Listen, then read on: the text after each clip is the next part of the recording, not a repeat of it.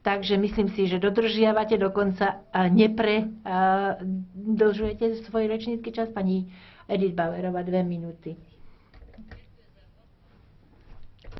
Az új tagországok vártak a schengeni csatlakozásra.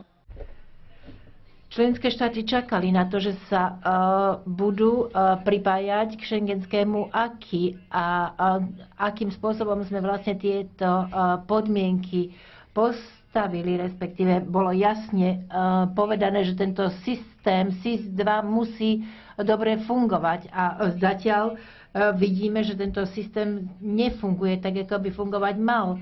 Pravdepodobne nie je dostatočne dobrý základ, na ktorom sa tento systém buduje. Keď vtedy sa zasadzovalo portugalské predsedníctvo za SIS-1, vtedy sa hovorilo o tom, že sa k schengenskému acquis pridajú aj nové členské štáty. Samozrejme, že je potrebné v nadväznosti na SIS-2 a použiť ďalšie finančné prostriedky a tak ďalej, i keď tieto práce sa mohli takisto financovať v rámci SIS-1 a vidíme, pozeráme sa na to tak, že je to vlastne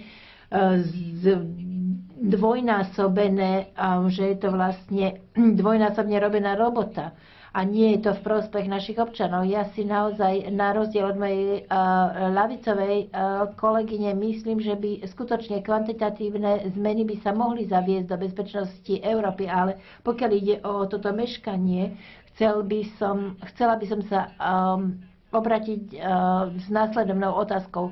V roku 2001 až do roku 2007 v podstate sa rátalo s vybudovaním tohto systému.